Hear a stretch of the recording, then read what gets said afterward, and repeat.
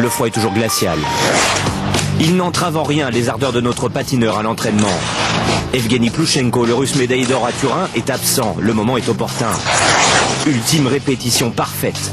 Bryan enchaîne à la perfection ses combinaisons. Depuis sa 6e place aux Jeux Olympiques, il s'est préparé à l'abri des regards avec l'idée revancharde d'effacer cette grande déception. Après les Jeux Olympiques, ça a été tellement dur pour moi, pour ma famille. La presse, les médias français n'ont pas été forcément sympas. Et puis il y a beaucoup de personnes qui ont critiqué mon entourage. Et moi, ça m'a beaucoup touché, affecté.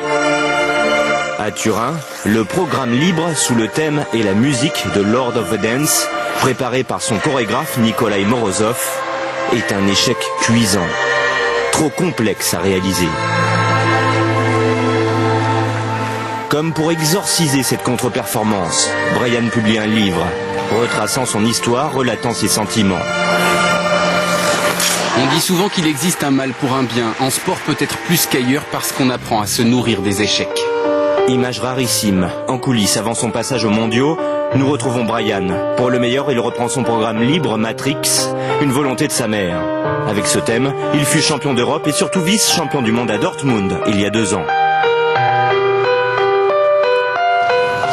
Quand il m'est arrivé de réendosser le costume de Matrix pour un gala, de magnifiques sensations affleuraient. L'expression n'est pas très jolie, mais vraiment ce programme me prend aux tripes. 3 combinaisons, un triple axel. Bryan touche au génie lorsqu'il réussit un 2e quadruple. Sa médaille est assurée. On ne connaît pas encore la couleur du métal. L'émotion de notre champion est grande. Après l'échec, l'exploit avec ses larmes de joie. J'étais pas venu là dans l'optique de ramener un titre ou quelque chose comme ça. C'est vraiment, je repars à zéro, je me reconstruis. Et il fallait passer par une compétition, une performance comme celle-ci.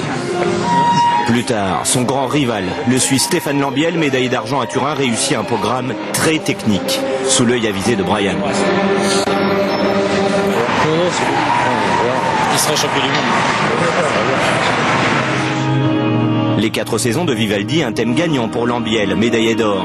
À 21 ans, Bryan Joubert décroche l'argent. Jamais de sa carrière, il n'a obtenu une aussi bonne note. C'est un beau cadeau, je crois qu'il la mérite largement, parce qu'il s'est battu, il n'a jamais baissé les bras, même pour ceux qui ne croyaient plus en lui, moi j'ai toujours cru et je le soutiendrai jusqu'au bout. Quoi de plus gratifiant pour Raymond, sa mère, que de recevoir des mains de son fils cette médaille? Bryan Joubert voit ainsi l'avenir sous de meilleurs auspices.